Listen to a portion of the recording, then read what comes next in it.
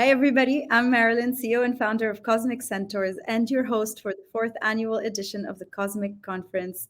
And I cannot begin to say how excited I am to have you all with us today. I know we have more than 700 people who signed up to join us, and I look forward to meeting all of you.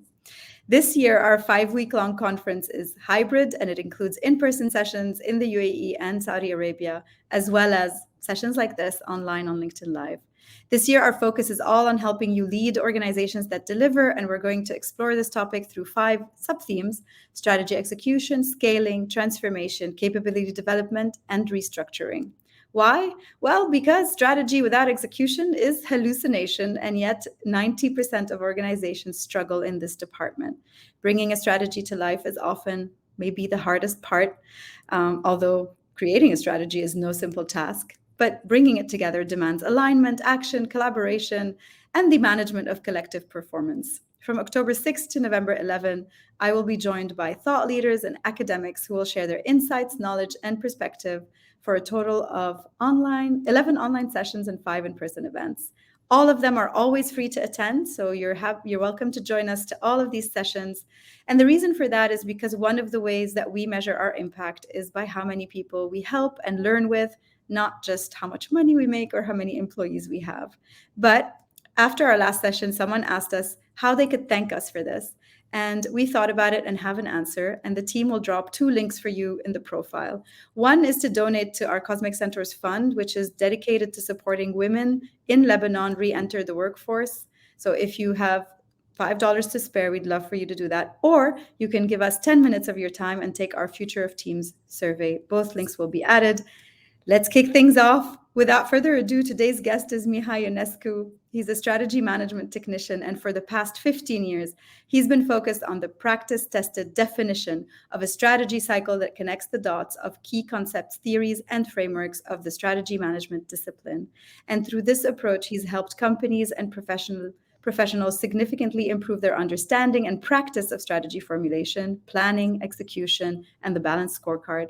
I know he's helped me, if only through his LinkedIn posts. He also undertook significant management responsibilities throughout his career, leading teams of up to 200 people and demonstrating his prowess in elaborating business models, developing strategic plans, and managing budgets of up to 5 million euros. Mihai, I am so thrilled, and I'm sure so is our audience, that you are joining us here today.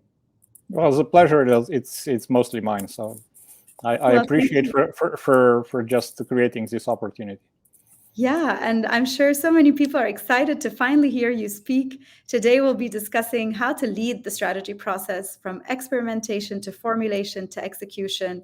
As we all know, and you've said this to me, strategy can sometimes be a bit of a red ocean because there are so many frameworks and theories that we can look at in order to help guide our approach. There are multiple ways of looking at it, and what you've done is you've created a framework that connects the dots in an integrative model, which is called the strategy clockwork, which we're going to go over together today. So we'll start with you sharing this model with us and telling us all about it, and then we'll explore every phase together. But before we get to the strategy clockwork, I want to start us with a definition, because I love making sure that we're all using words that mean the same thing. So I want you to give us the definition of 2 things. The first is, what is strategy? And the second is, what is strategy execution? Well, I think that I've attempted to give a strategy definition Yes. not long ago.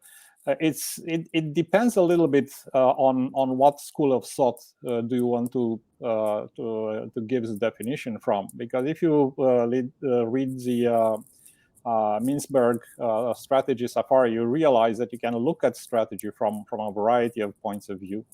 And you can look at, have strategy as a design, as a plan. There are multiple ways of defining strategy. So for this reason, there is no good way of defining strategy. But I prefer to say that that strategy, it's a combination of choices that are helping us deal with the major challenges that we have as an organization.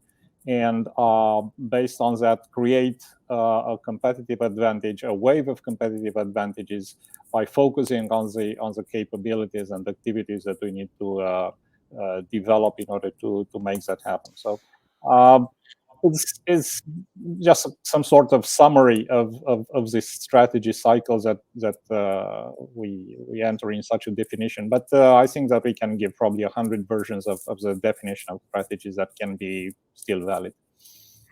All right. So let's take us to the strategy clockwork. You've developed this framework that integrates so many great theories and models into one place. I think that's such an incredible resource. Tell us more about that. I'll bring it up on the screen and maybe talk us through what led you to want to create it and how long it's taken you to get here. Well, the fact is that I'm an engineer, and the flaw, the major flaw that engineers have, that they want to understand things logically. And I wanted to understand logically strategy, which is in the way that it spreads throughout the public domain is not very logical. There are a lot of things which are overlapping, conflicting, and I wanted to understand. So my starting point was from something called the Kaplan-Norton balanced scorecard framework for strategy execution. I remember attending their boot camp and a number of sessions in it was, I think, 2008, and that was a moment when I realized how a strategy process works. Actually, it was about the strategy execution, because in the early days, their balanced scorecard framework didn't have anything related to a strategy formulation. But the story goes that when the consultants in their team went to customers, they said, "Okay, tell us what your strategy is, so we can actually implement it using our framework." And they've got a lot of things, a variety of things people put on the table, all kinds of pictures and ideas and uh, motivating visions and stuff like this, where we don't know how to take this into our framework. So that's why they created a little bit of a first stage, which is actually called strategy development, but it's more of a guidance of what actually you should be having inside the strategies that you formulate in order to be able to be taken into a strategic planning process. So that's where I started. But then I realized that that's a weak point, because I've tested it in practical implementations. I wanted to see how it works in with real people, with real companies, and I saw that this strategy definition was a weak link, or there was a weak part of the framework. And I said, okay, I need to research into this, and I know that many Palladium consultants. Palladium was the organization that was coordinated by Kaplan and Norton at that time.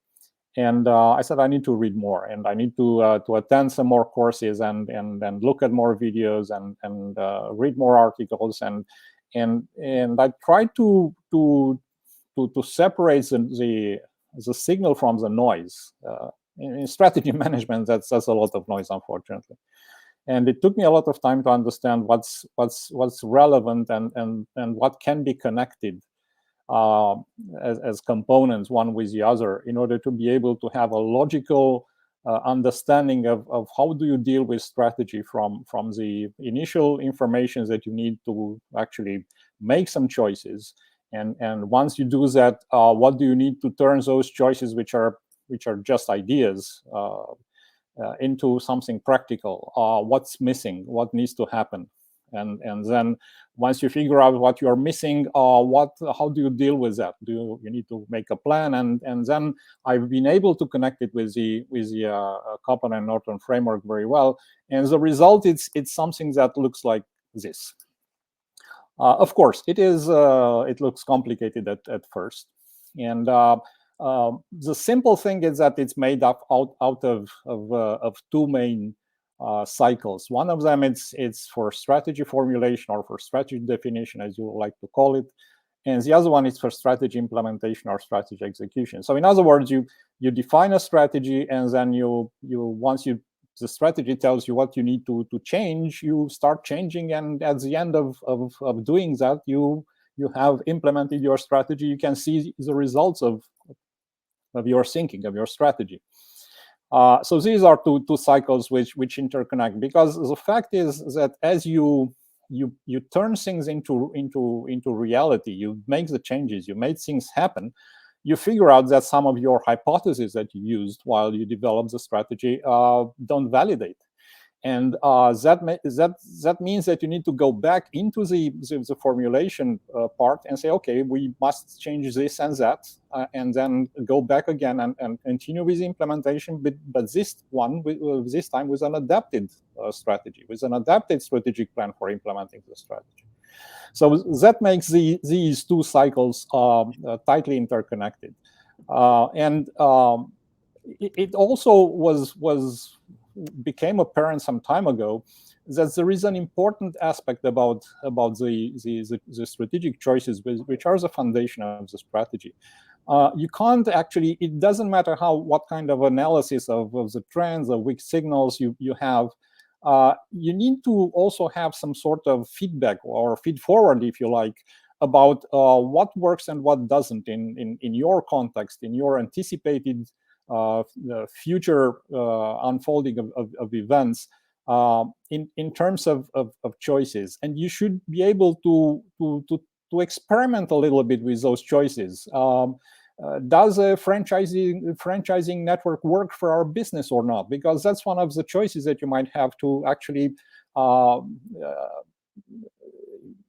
expand your presence and also maintain the quality of services or product that you provide. So you need to experiment a little bit with a variety of choices. That one of in 2,000 choices that you have, or an example of a type of choices. So the strategy experimentation came up lately, also looking obviously at the design thinking, which is important in order to create something new. But this time it's not really about one single product. It's a rather the product concept that you need to test with your customers as part of a design thinking, design works that you need to put in front of your strategy and understand if you can address a series of jobs to be done with some types of solutions that can actually guide your strategy. And at the same time, experimenting with strategic choices as examples that I given, and I can look into more examples. It's again important for making a better educated guess when you make some choices, because strategy is it's a gamble. It's a game about the future. If you look a little bit into the concepts, looking into the strategy paradox, the bolder your strategy is, the bigger the risk that you'll fail. So in order to reduce the probability of failure, you need to do anything possible, including some experimentation, in order to reduce the proportion of invalid hypotheses that you are using as you formulate your strategy. Yeah, absolutely. So recapping this, we have these two processes feeding into each other between the formulation, the execution, and there are different ways for us to inform the strategic choices that we're going to make. Some comes, of course, from what I would call in my world secondary research, so looking at the data from the market, and some comes from that strategy experimentation, which could be experimentation around the customer, the product, and their viability. And so let's kind of unpack this step by step for us. How do you generate the right strategic choices? How do you identify the choices that are relevant for your organization? I think that what I just did, I explained a little bit how strategy experimentation is. The only thing to add is probably that you need some sort of coordination between your product concept experimentation and your strategic choices experimentation. and they need to converge on something that should allow you to take better choices as you prepare to develop a new strategy. So that's important. And once you did do that, the process of experimentation doesn't stop there. You continue to experiment for the next issue, next iteration of strategy formulation. So that's an ongoing process. If you are familiar with Geoffrey Moore's zones to win, you will understand how various parallel flows of development and of creating competitive advantage are operating within an organization, or they should in mature organizations. But the process of actually selecting the choices is also using something that is called a reference cognitive model. If we look into something called ODA, or Observe, Orient, Decide, Act, which is the John Boyd's loop for decision making, for optimal decision making. John Boyd was a U.S. fighter pilot who created this concept of how can you take quicker and better decisions at your opponents. And that is applicable in a variety of decision making contexts and strategies about making decisions as well.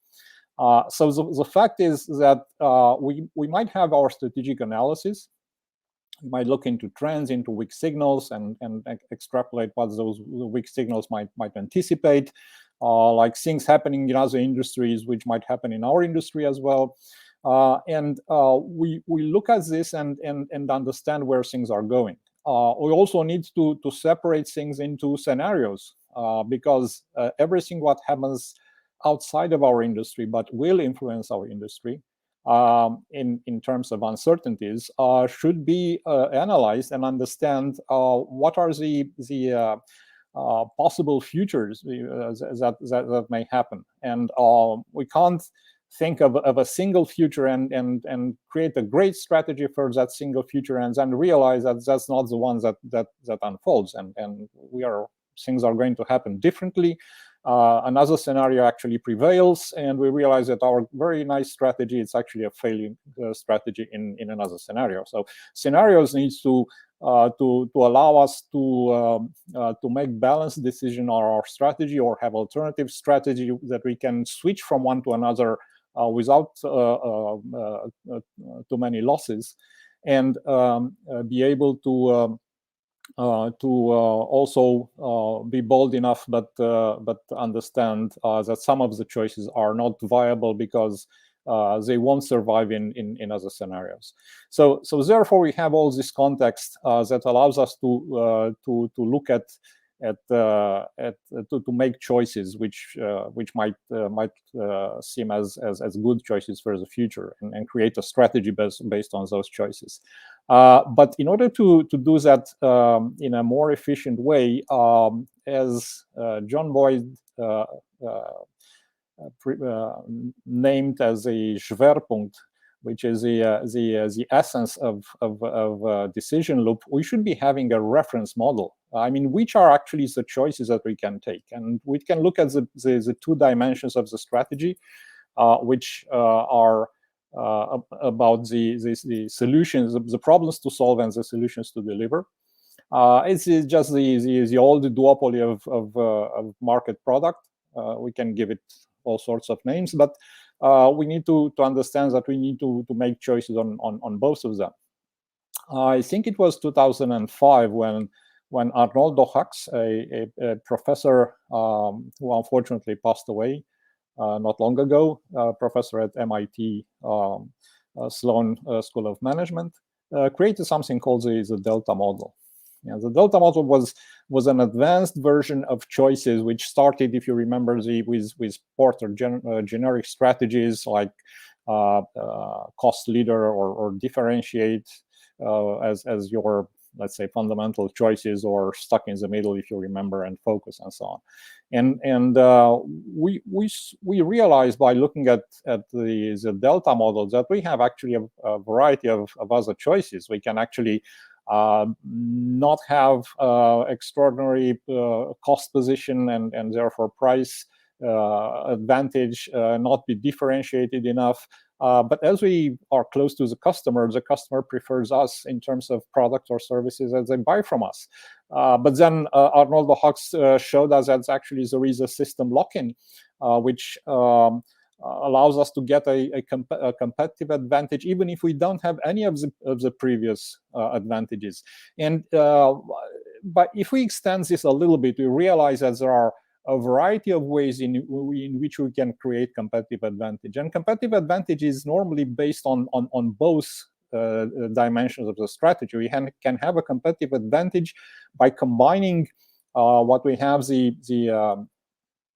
on the upper part on the left of the diagram. We have a model for problems to solve, or for the market that we would like to choose to address. And on the bottom we have the solutions to deliver as a way to satisfy those problems, those jobs to be done that our customers have. And if we combine these choices, we can actually get a strategic positioning. And we might take a couple of 2-3 choices about the problems to solve with 2-3 choices. Actually, in this case, we have choices types from the solutions to deliver, and that gets us a positioning, a way to identify and to differentiate in the marketplace by the things that we address and the solutions that we use to address them. So that's a way to make choices. This again, it's a reference cognitive model, because we can look very quickly through the alternatives that we have, look at the trends and the weak signals and the scenarios that we have, and say, okay, which of these choices would best position us to obtain great results in the foreseeable future over the strategic horizons that we are considering. Yeah, I think this model is truly incredible because, for a nerd like me, it feels like the perfect thing that brings everything I need to learn into one place. There's another model that you also often refer, which I believe is also part of the strategic choice to be made in some way, which is the strategic horizons model. I wish you could talk over that for a minute and tell us why that's such an important thing to think about. Unfortunately, we prepared these slides as to be able to use them for answering questions. I don't have a slide for the strategic horizons, but strategic horizons are essentially tied to what we call inflection points in the evolution of our industry, or our, let's say, arena, as if we refer to something that is not, that we usually refer to as industry. Rita McGrath introduced the concept of arenas, which are more than just the traditional industries that we used to consider. And there are inflection points in the future. It was an inflection point when Nokia saw a move from using phone mainly as a tool for voice communication to a tool for data, but not in the way that they thought it would happen.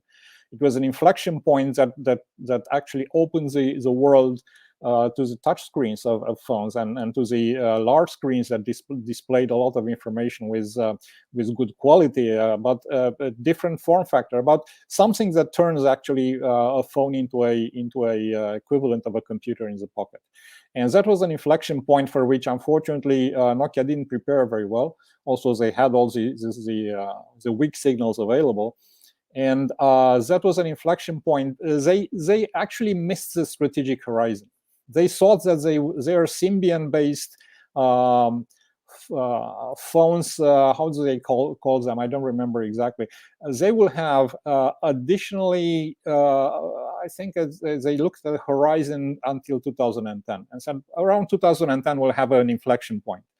Well, bad luck. The inflection point happened several years before together with the iPhone, and that shows that those guys didn't miss anything. Actually, they did everything right, but they missed the strategic horizon. They didn't understand where the inflection point will be.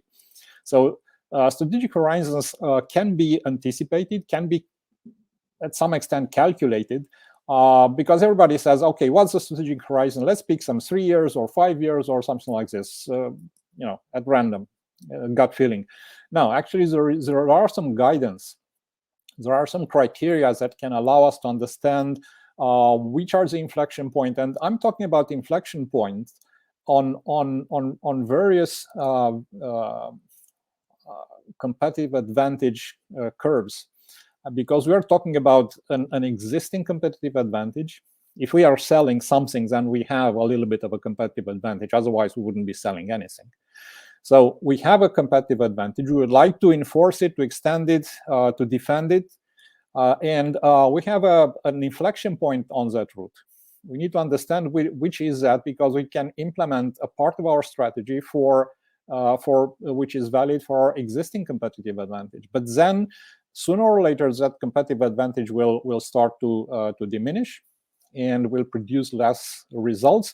Therefore, you should better be ready by then with another competitive advantage based on other solutions, on other jobs to be done, on other solutions for those customers, and have an inflection point there where we are starting to benefit from the new competitive advantages that we have prepared. If you read Zones to Win, that will be ideal to understand what is going on with this.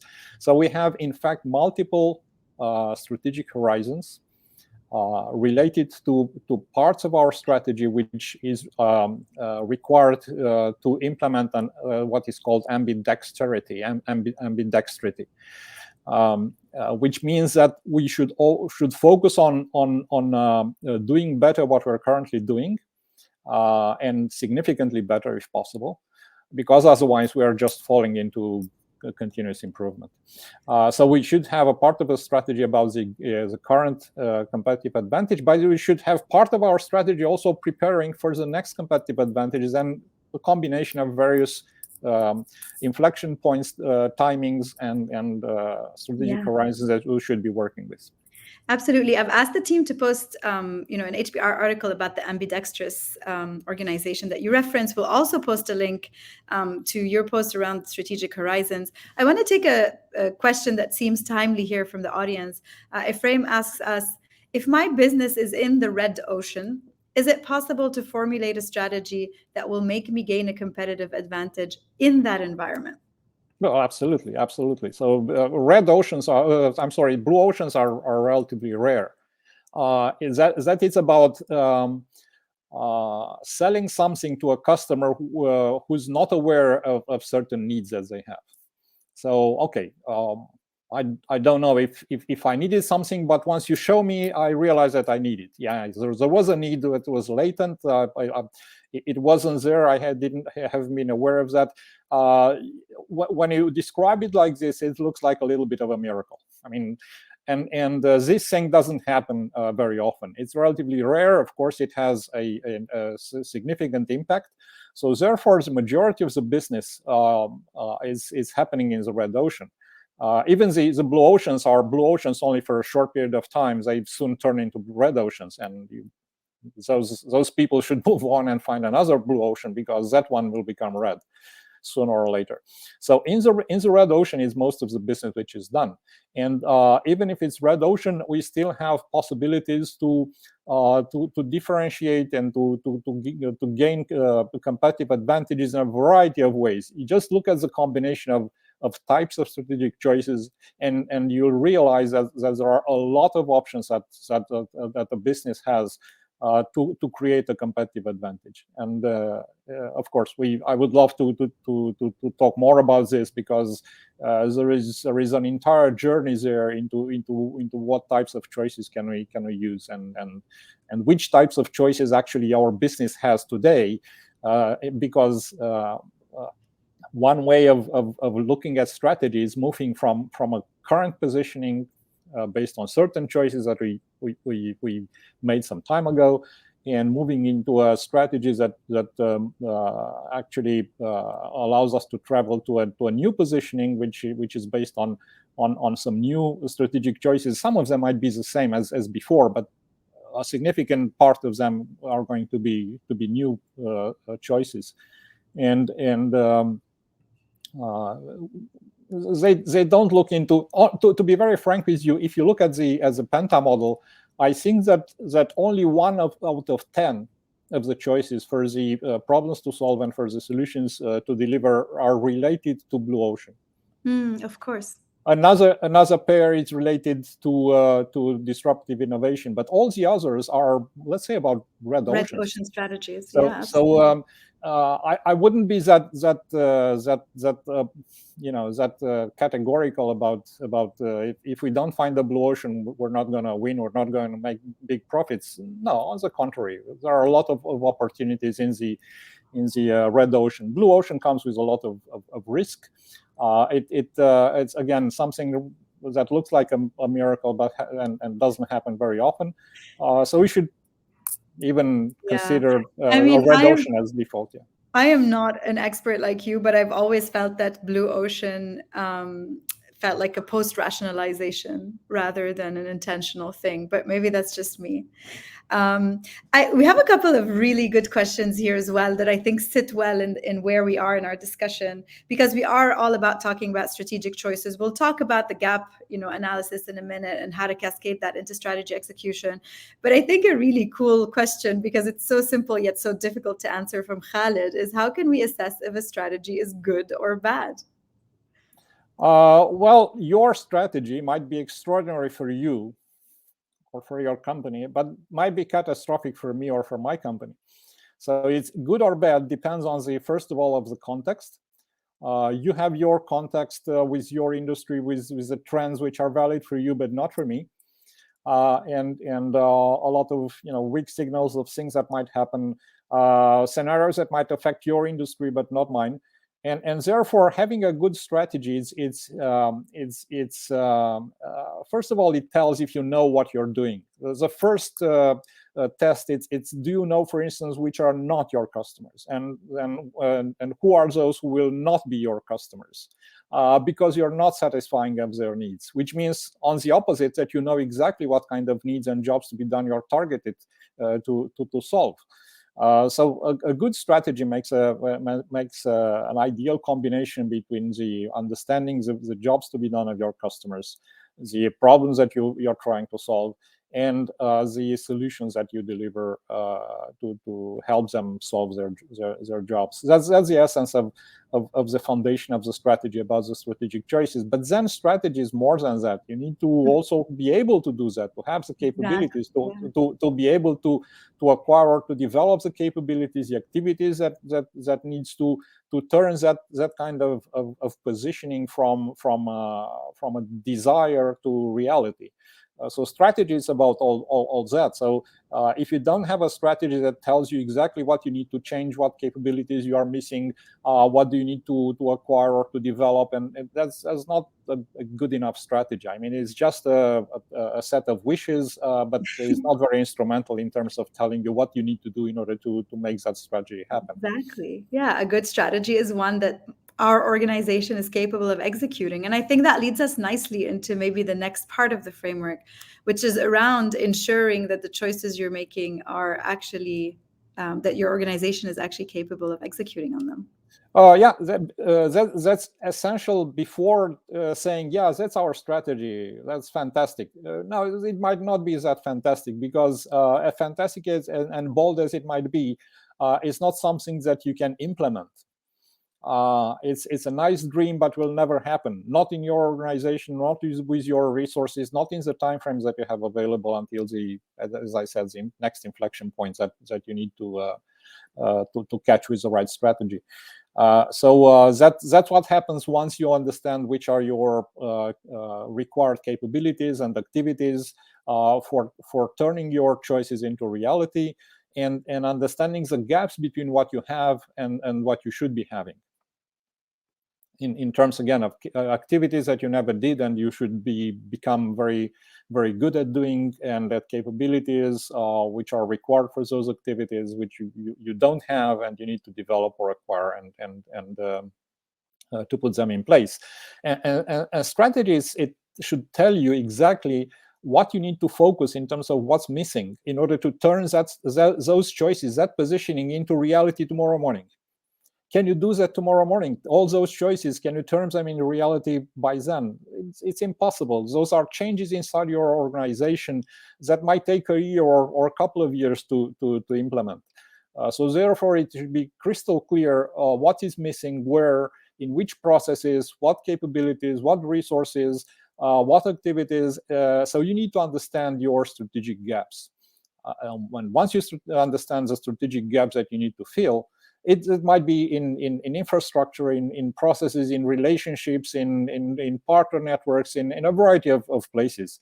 And those gaps, it might be related to intangible assets, to competencies or information or industrial patents or a variety of things that your strategy might should tell you that you need to get.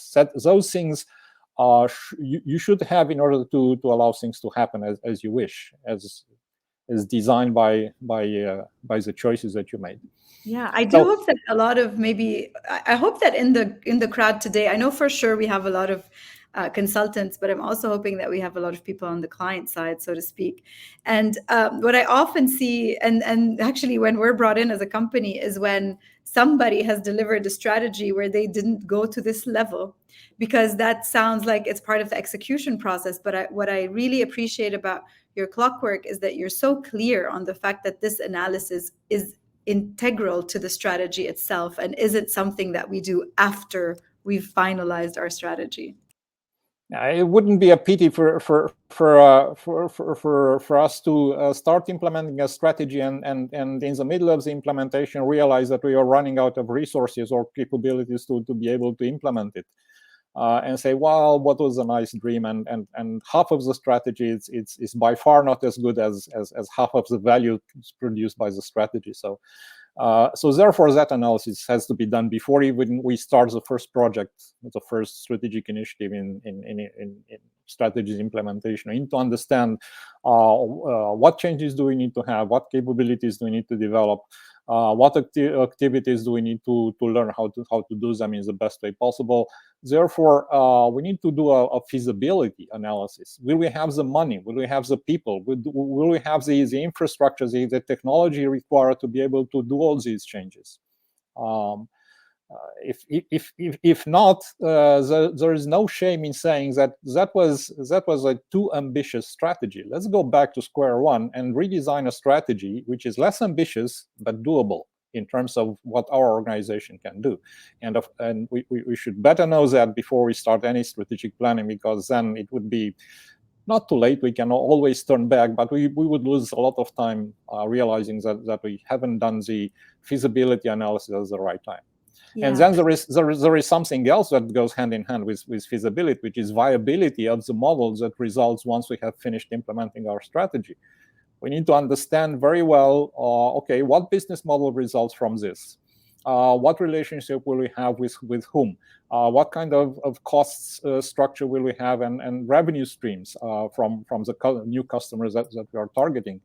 And there's jobs that we're trying to help them do.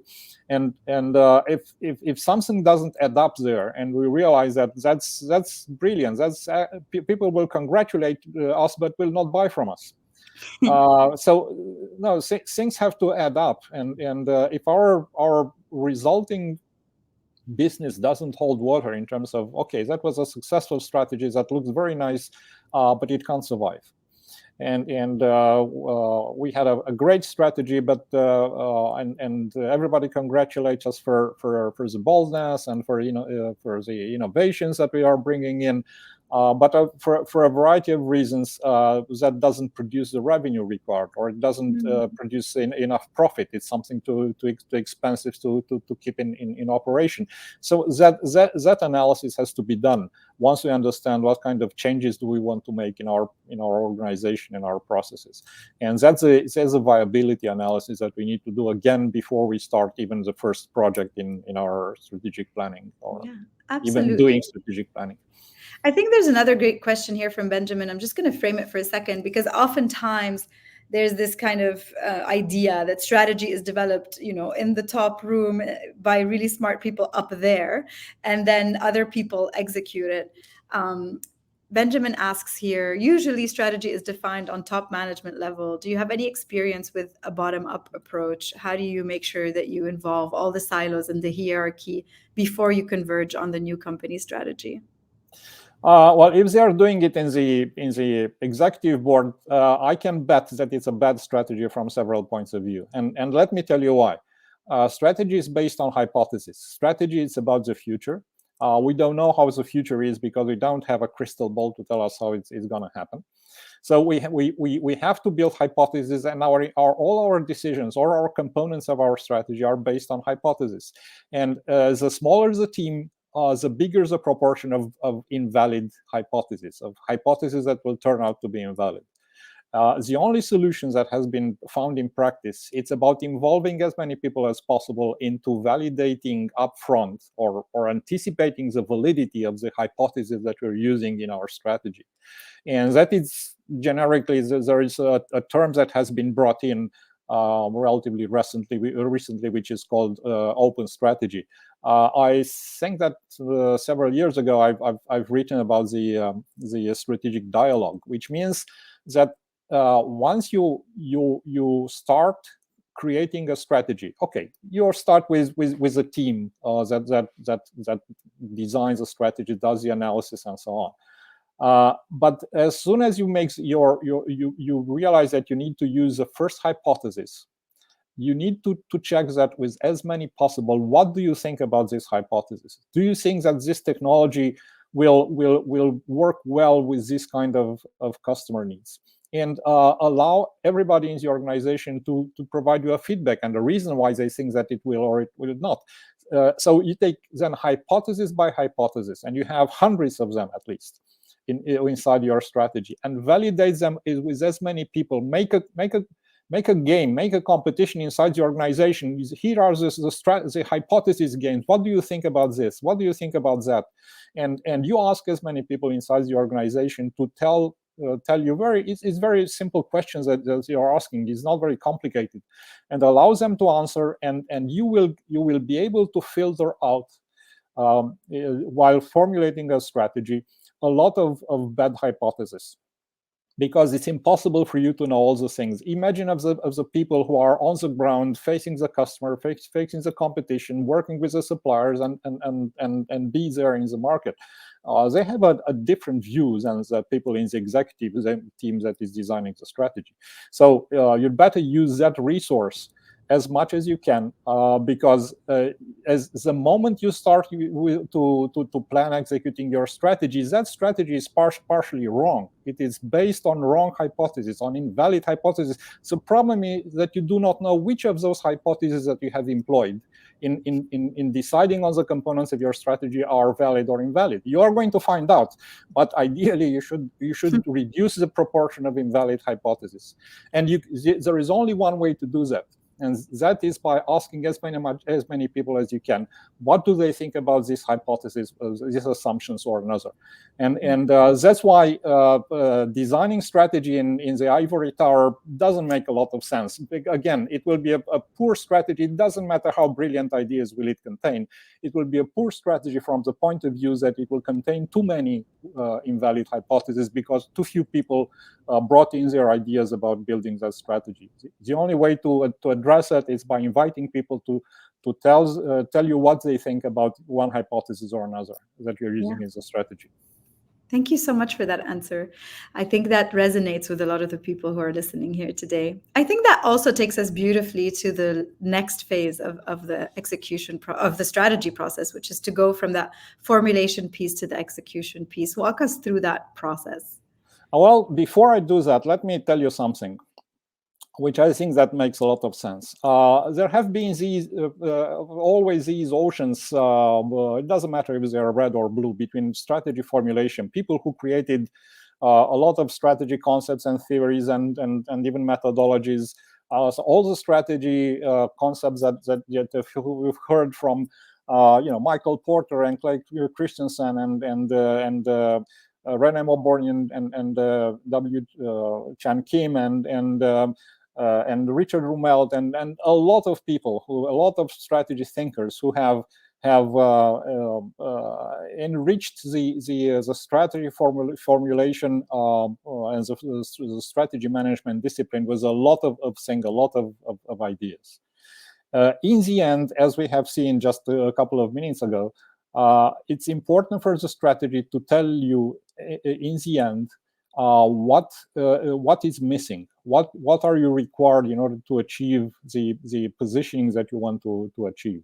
So you need some strategic gaps to fill. Once you've filled those gaps, you have accomplished your strategy. You can benefit from the results, from the outcomes of having that strategy.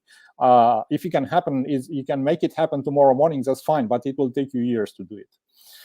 Because you need to change an entire organization, a lot of processes, a lot of activities, and that's why you need to be very clear on the strategic gaps that you need to fill.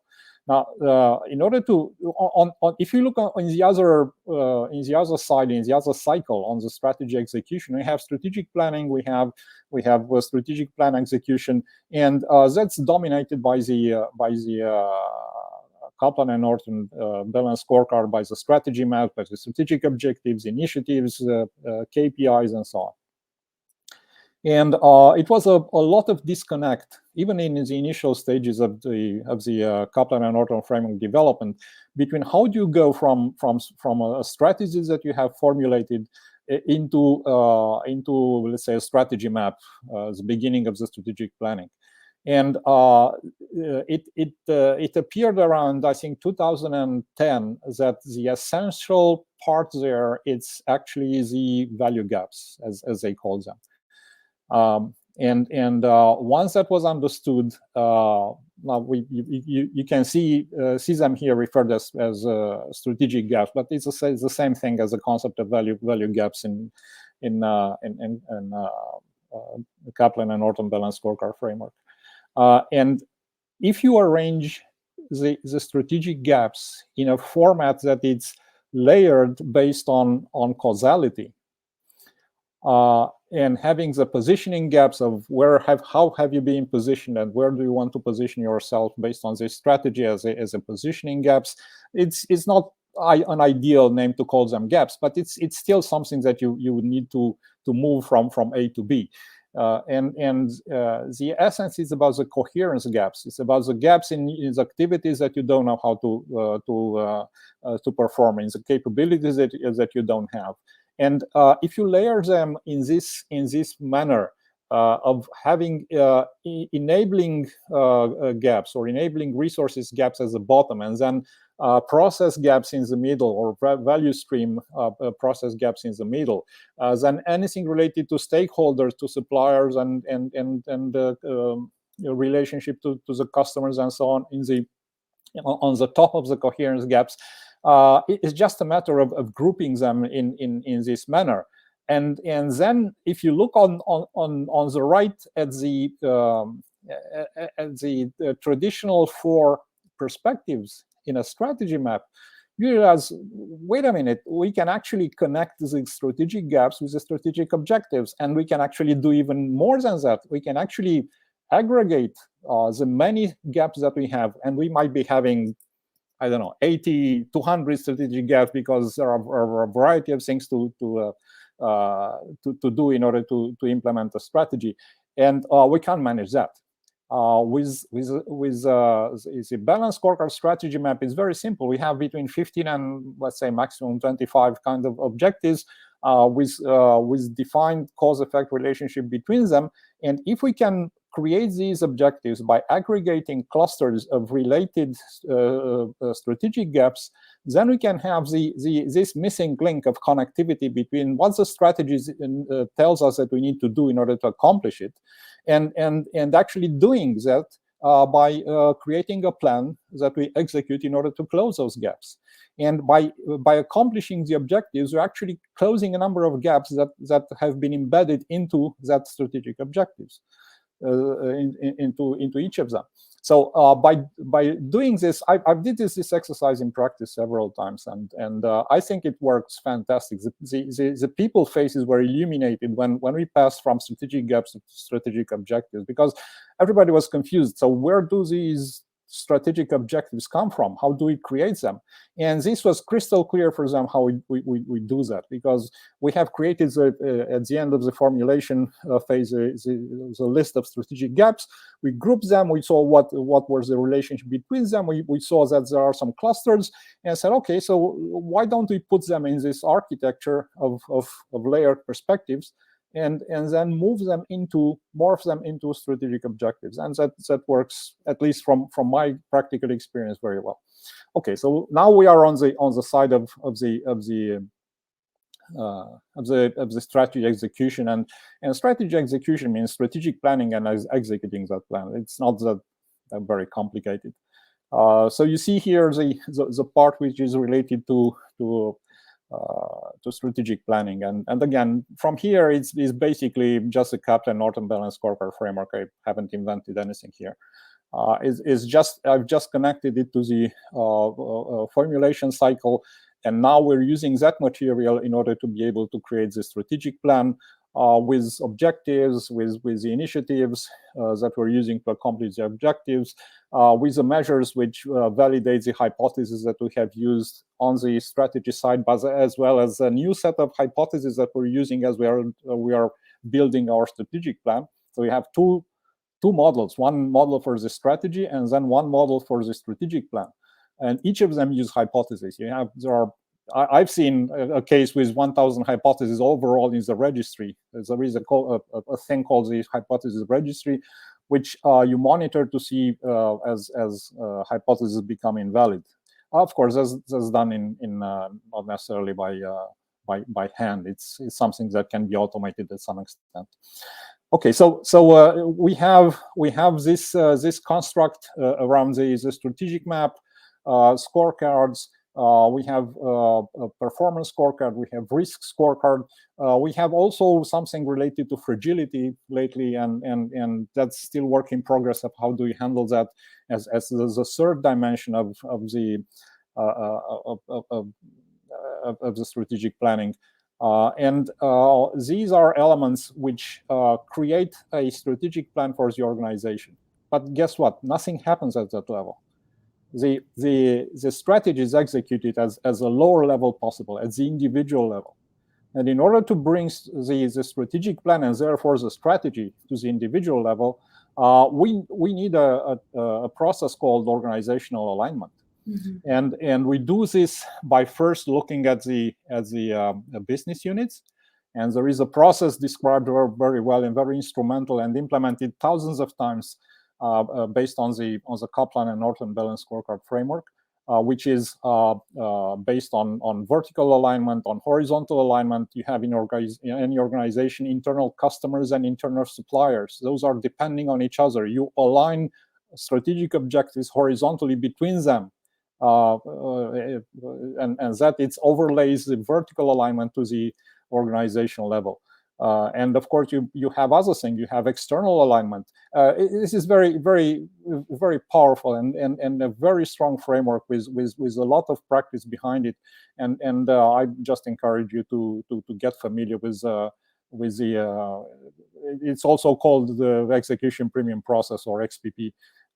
It's something that has been tested so much in practice and has been so much refined based on practice experience.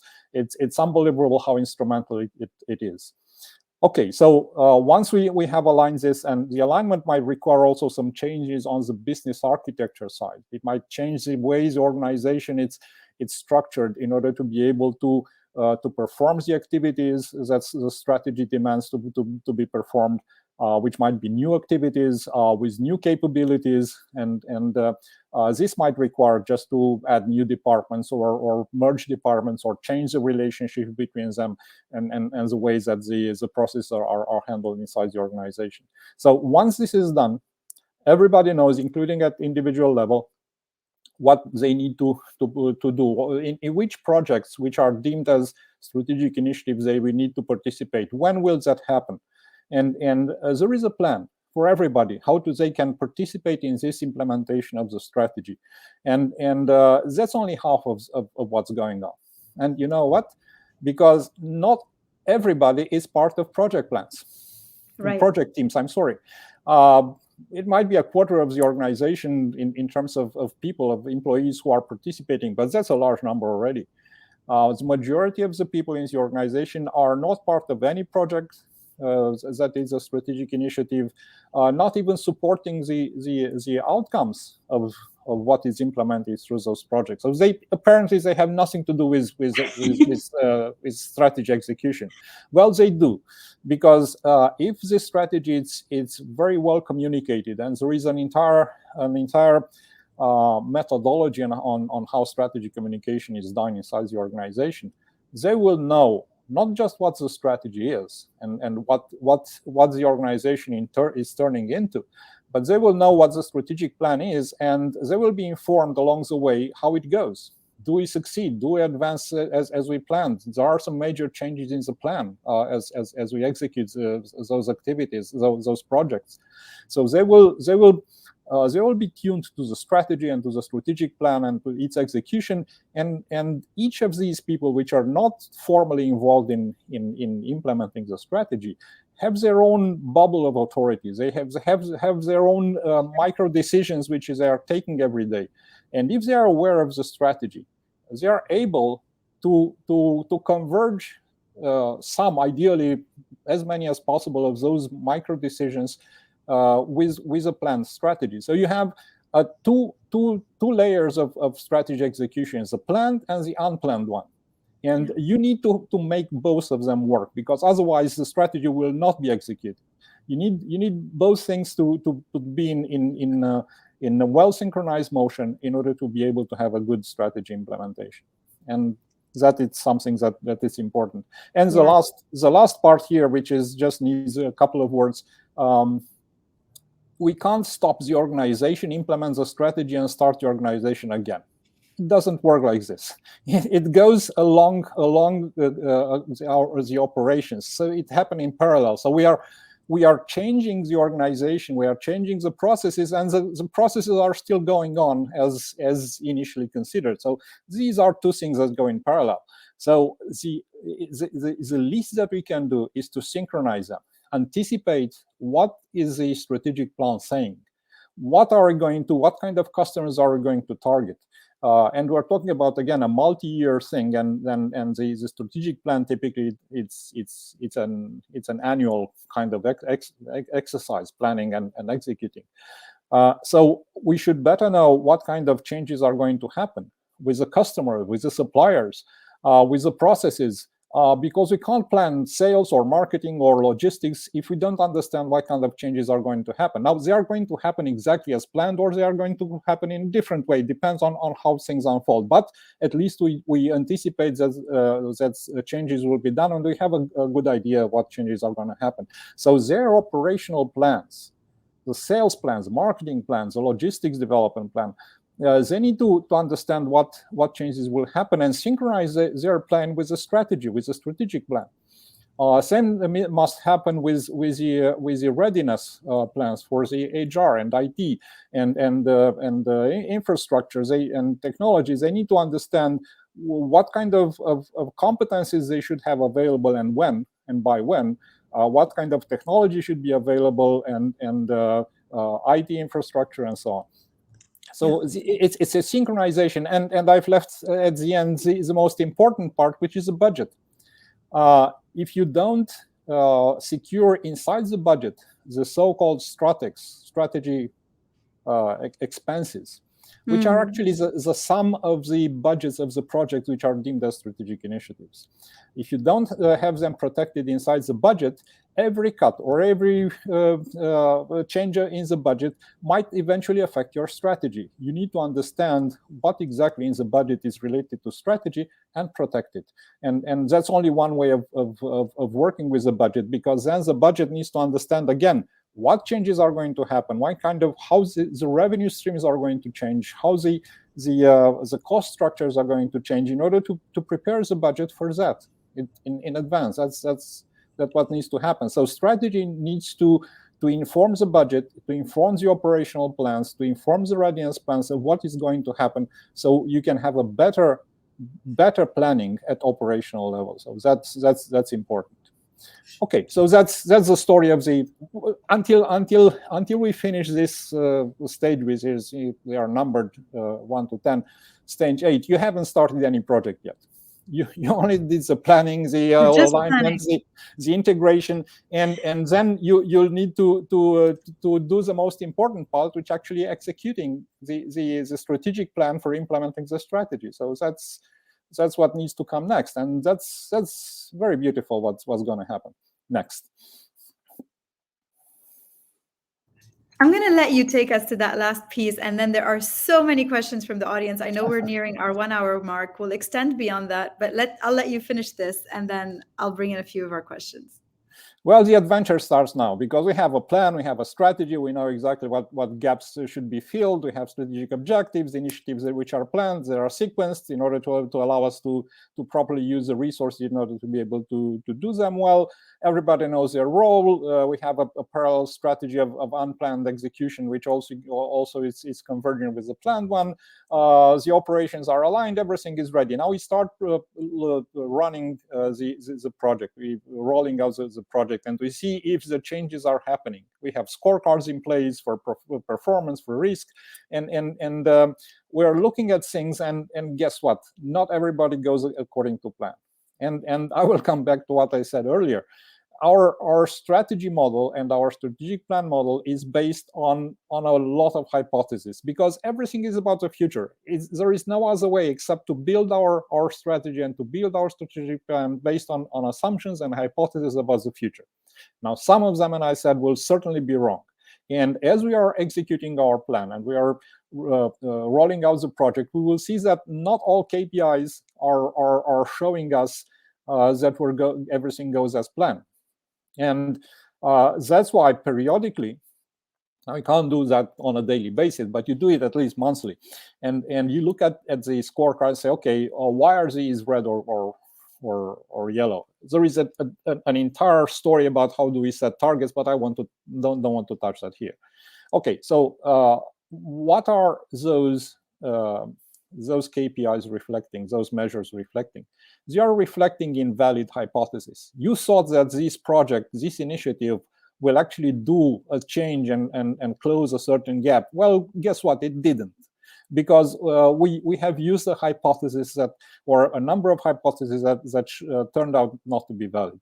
So it's what scorecards are telling us. If our hypotheses have been correct, everything is green.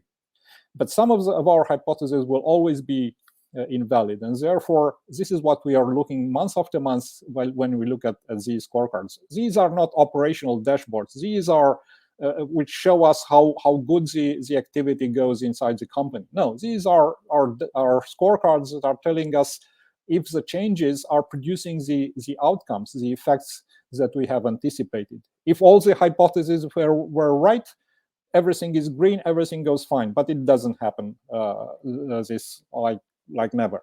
So we need to take corrective actions, and corrective actions meaning that we need to change something that was based on relatively small impact hypothesis related to timing or planning or scope of some projects, something that we can correct relatively easy, and project managers know how to do that very well. And that is fine. So the problem is that we also find issues which are apparently the projects were well designed, they were targeting the closing of the gaps, the objectives were accomplished, but somehow certain measures tell us that something is wrong. And guess what happened? Some hypotheses were wrong, not in the strategic planning part, but they were wrong in our strategy. Some of the choices that we have made, some of the capabilities that we thought that are going to support those choices were based on hypotheses that were not right, were not valid. We didn't know at that time. We have found out now, and we have found out by looking at scorecards on a monthly basis. And if we have the right traceability, starting from strategic choices to capabilities, activities, strategic gaps, objectives, strategic initiatives, measures, if we have this traceability very well established, we can relatively easy Well, I'm sorry, I'm telling a lie here. It's not easy. It's very hard, but we can relatively easy identify which of the hypotheses are guilty for the red colors of some of our KPIs, and we need to go back. And if it's on the strategy side, the impact might be significant because it might change also as it goes into the strategic plan, change a number of strategic objectives, cause-effect relationships, alignment, and so on. But we have no other choice but going back and correcting them, adapting our strategy, changing the strategic plan accordingly, and continuing with the strategy that is adapted to what we found out to be valid or invalid.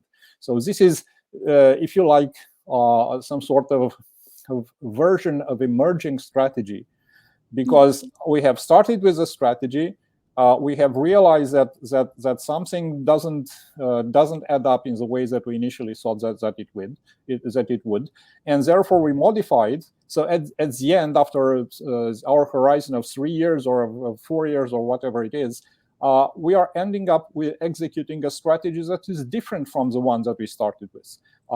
Can we call this emergent strategy? It's actually adaptive strategy. We have adaptive strategy to the reality, to the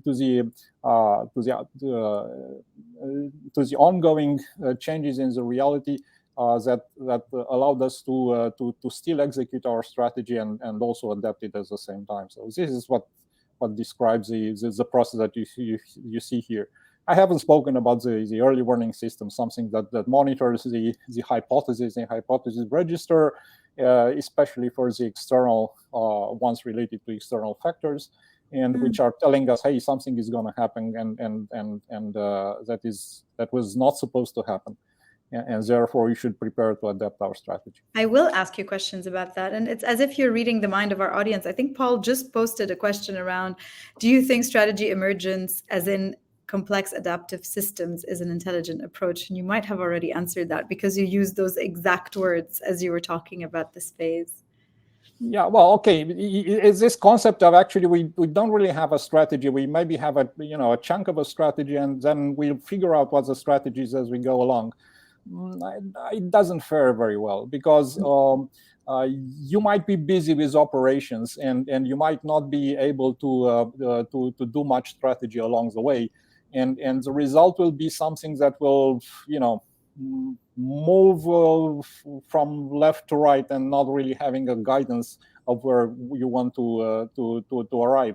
Still, there is value in the concept of emerging strategy, but emergent it's like as we have employed all the hypotheses that we thought that makes sense for our future, for the future of our organization, for the future of the environment in which we are going to do business. And as we go along, we try to validate as soon as we can if those hypotheses were right or wrong. And therefore, we are still having a changing strategy. If you like to still call it emergent if you like, but it's actually, I would prefer to call it evolving. As an adaptive strategy that evolves as we implement it. Absolutely. And I want to take a step back into the process. I'm going to take the slides off because I want us to have a bit of a conversation here. There are so many great questions. You talked about the hypothesis registry, and you talked about, remembering where we came from, why we made these decisions based on the various hypotheses that we had, and then being able progressively to validate or invalidate or note a change in the market that causes us to change these hypotheses. There's a great question from Adrian here that says, what is the impact of the fourth industrial revolution, AI, algorithms, etc., on the traditional strategic approach? Do you see a big change in the way strategy is crafted, or do the fundamentals remain the same? And I know you and I had a great conversation about hypothesis validation through machine learning. I'd love for you to talk about that. Yeah, that's a nice experiment that some people brought me into. They wanted to use a machine learning model for some very clear framework-based purpose, and I provided them the framework and also participated in the development.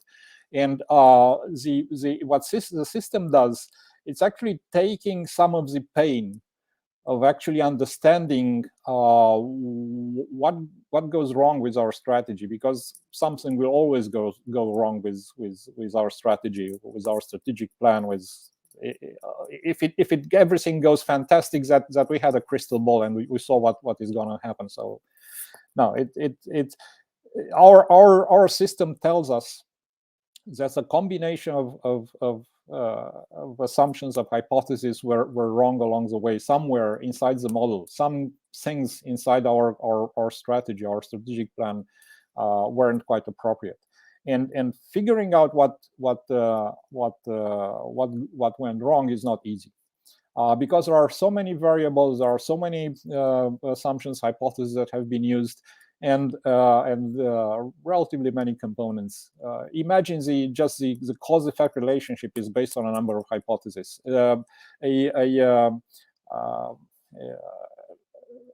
Even the ratio between the contribution of two KPIs as the status of an objective is based on some hypotheses. There are a lot of them.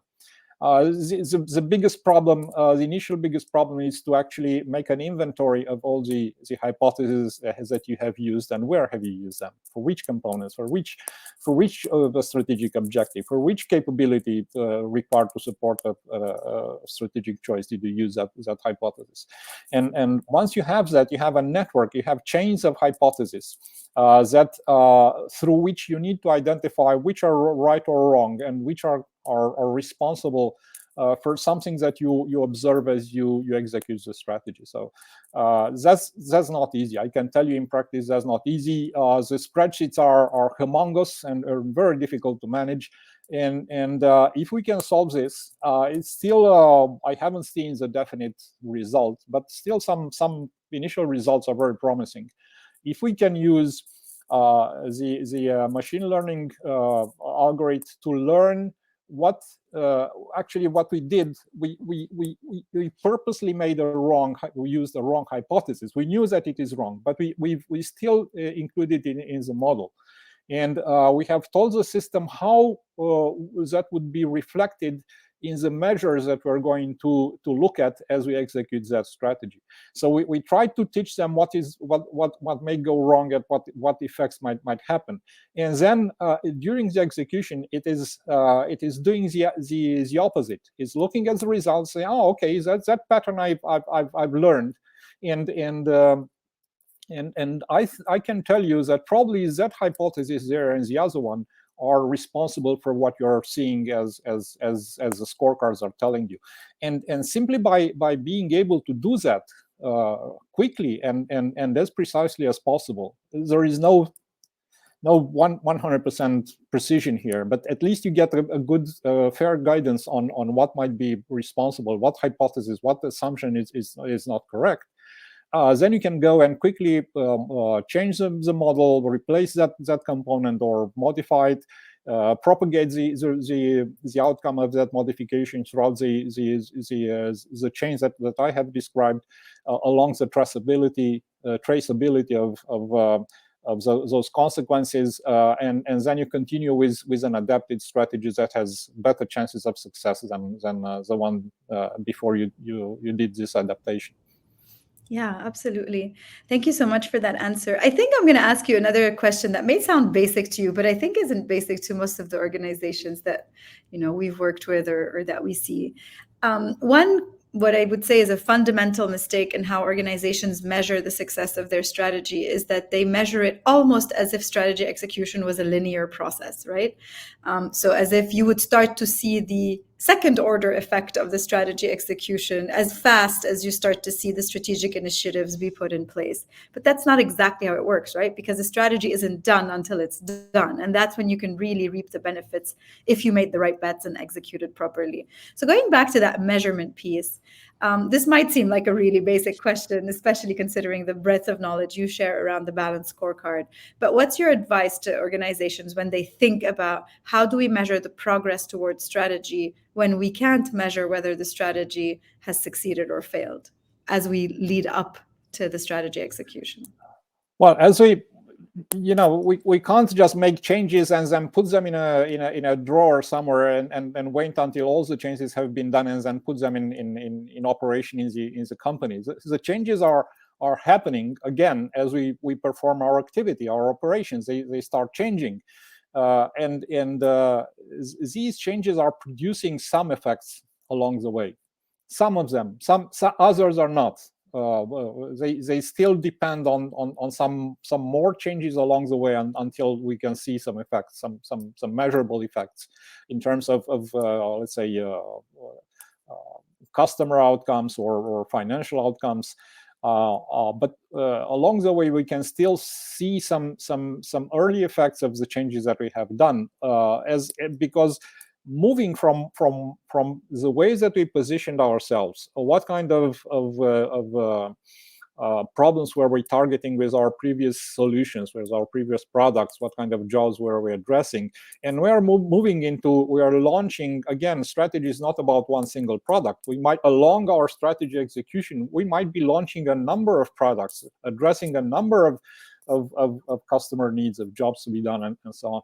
So we will just see them more aligned with the new positioning resulting from implementing the strategy, and less dependent on the former positionings that we had before we started implementing the strategy.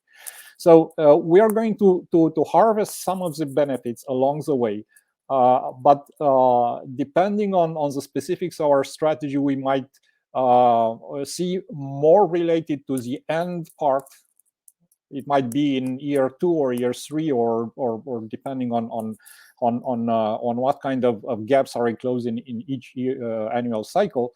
But we're going to see some benefits, and if we are smart enough, we could actually push more of the desired benefits towards the early part of the strategic horizon, and just reap the final benefits at the end. Depends on the specifics. It's very difficult to provide a general advice on this part. So we have two questions here actually about, let's say, two tools or frameworks that you're not a fan of.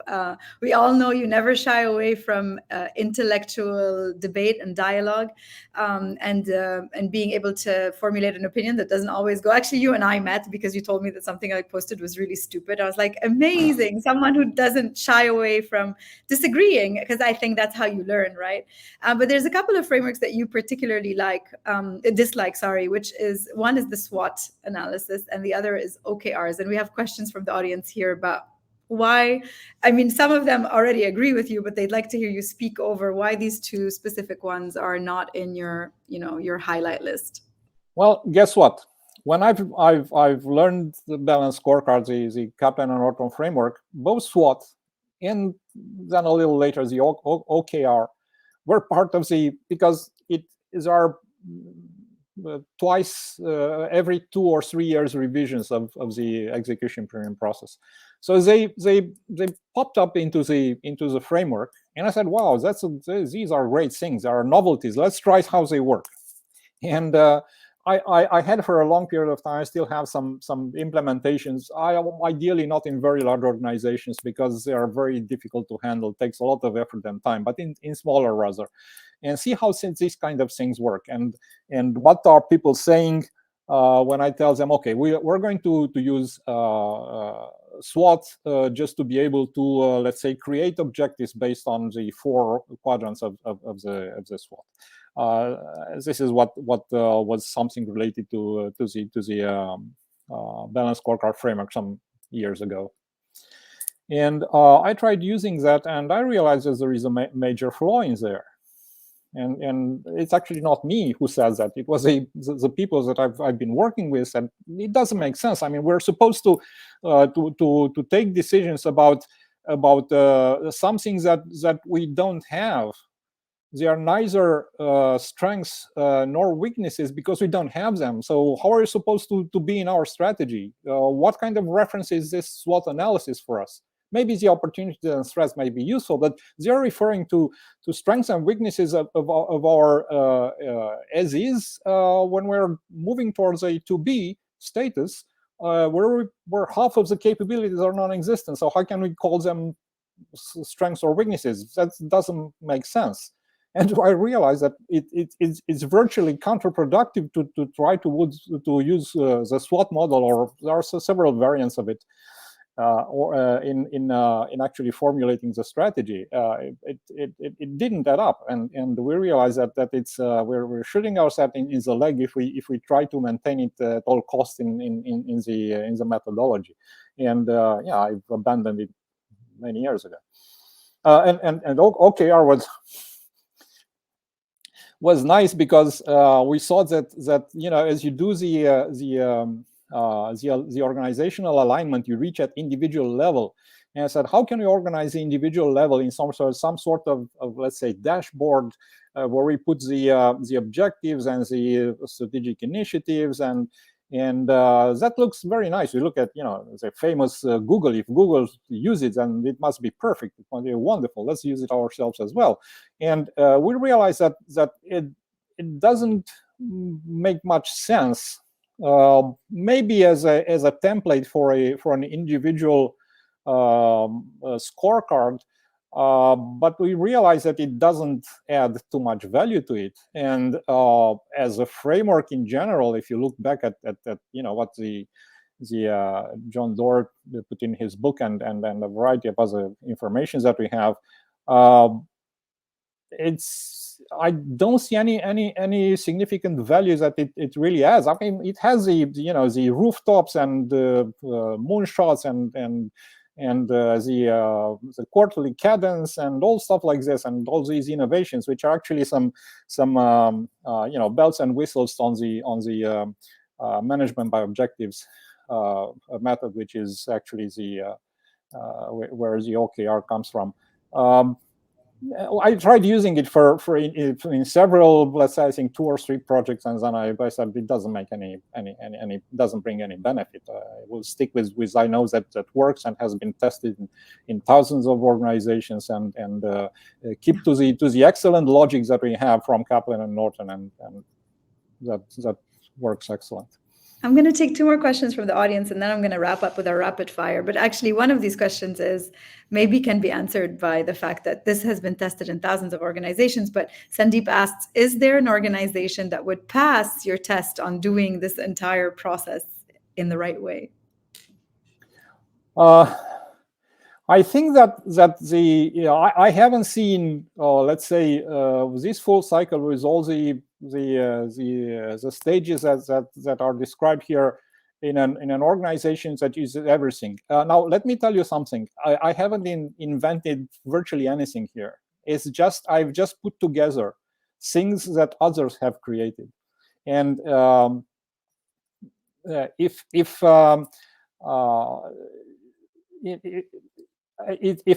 they are wrong, then I'm wrong as well. Because, for instance, if blue ocean doesn't work well in the way that it describes, and if we take that strategic choices related to blue ocean, that won't work for this framework either.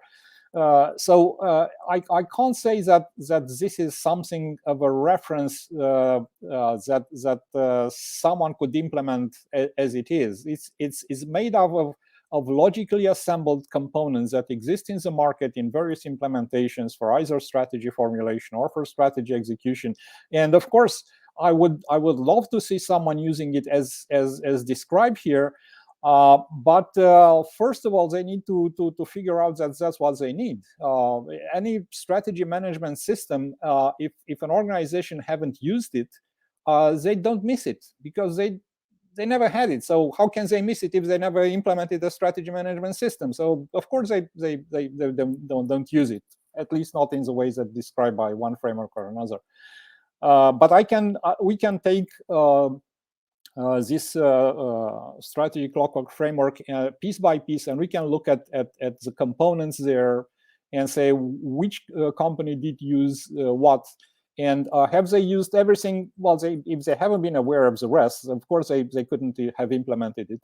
But of course, I would love to see companies be more aware of the logic of this way of assembling the theories and concepts and frameworks related to strategy, and use it in the ways it is described. I have been testing it with relatively small organizations from the beginning to the end, except the strategy experimentation, which is relatively new, which I'm dying of curiosity to see how it is going to work in an organization.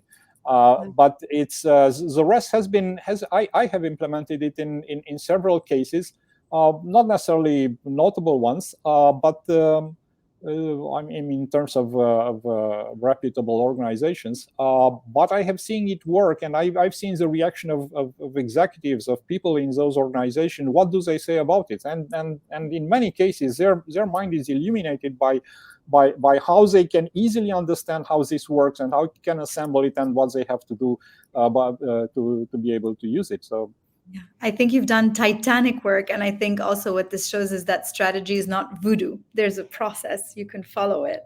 And I find that to be quite reassuring, actually, as a leader and as someone who advises other leaders. One last question from the audience, just because I'm curious. I can't find their name anymore, but someone asked if your book was out there. Is there a book in the works? There are two books. There are two books because one book was getting to something like 600 pages or something, and it didn't make any sense. So I had to split it in two. So the one is about the strategy clockwork, and the other one is about the Penta model. And it's are they published?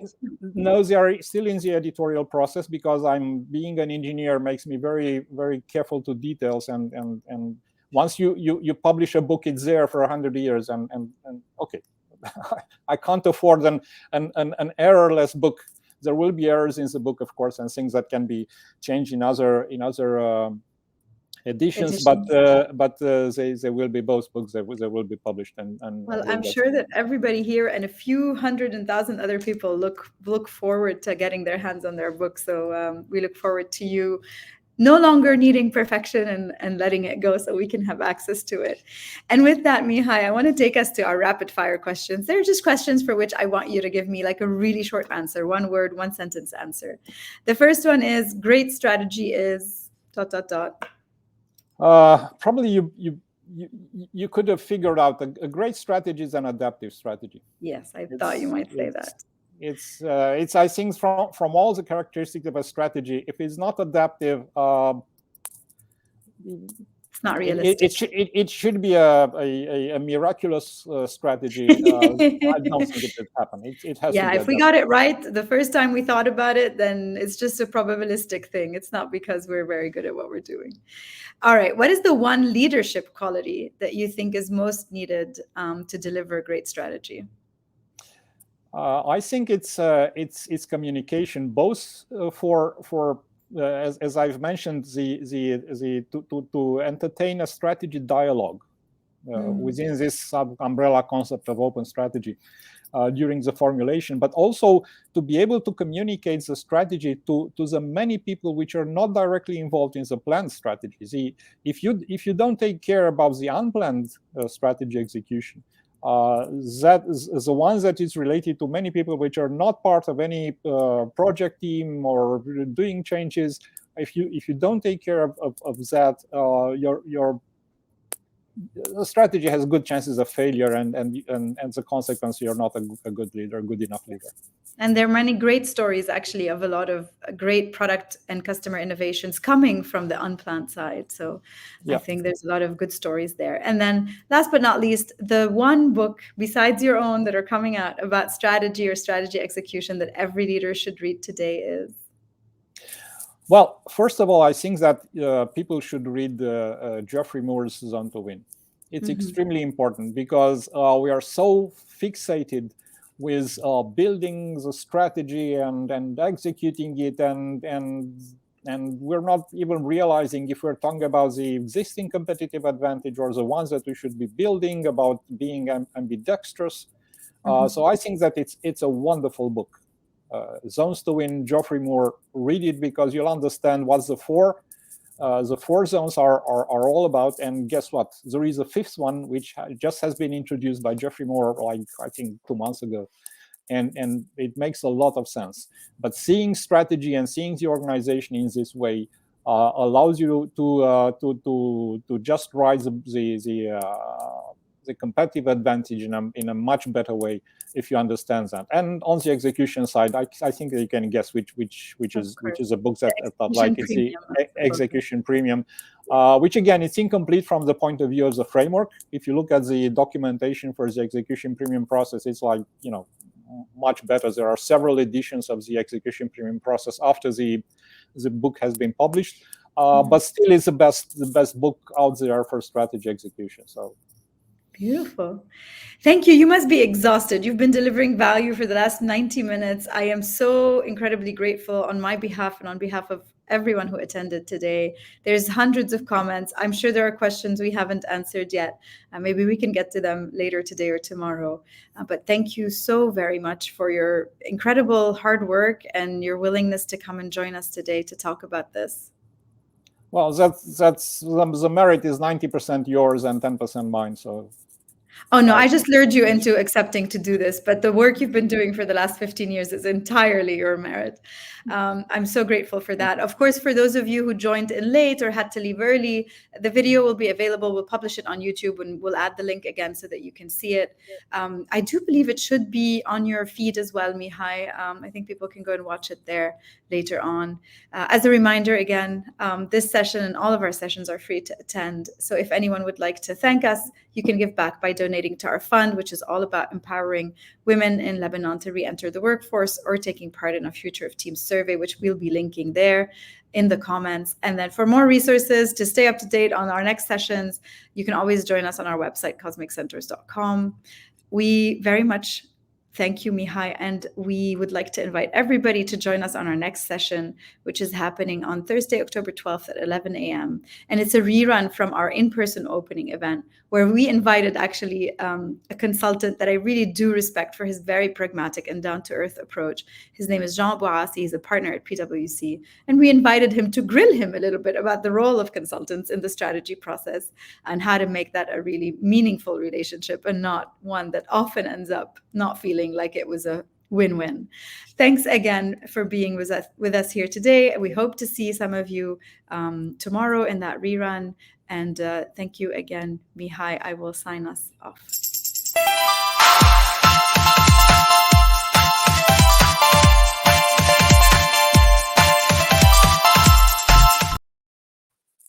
Yeah.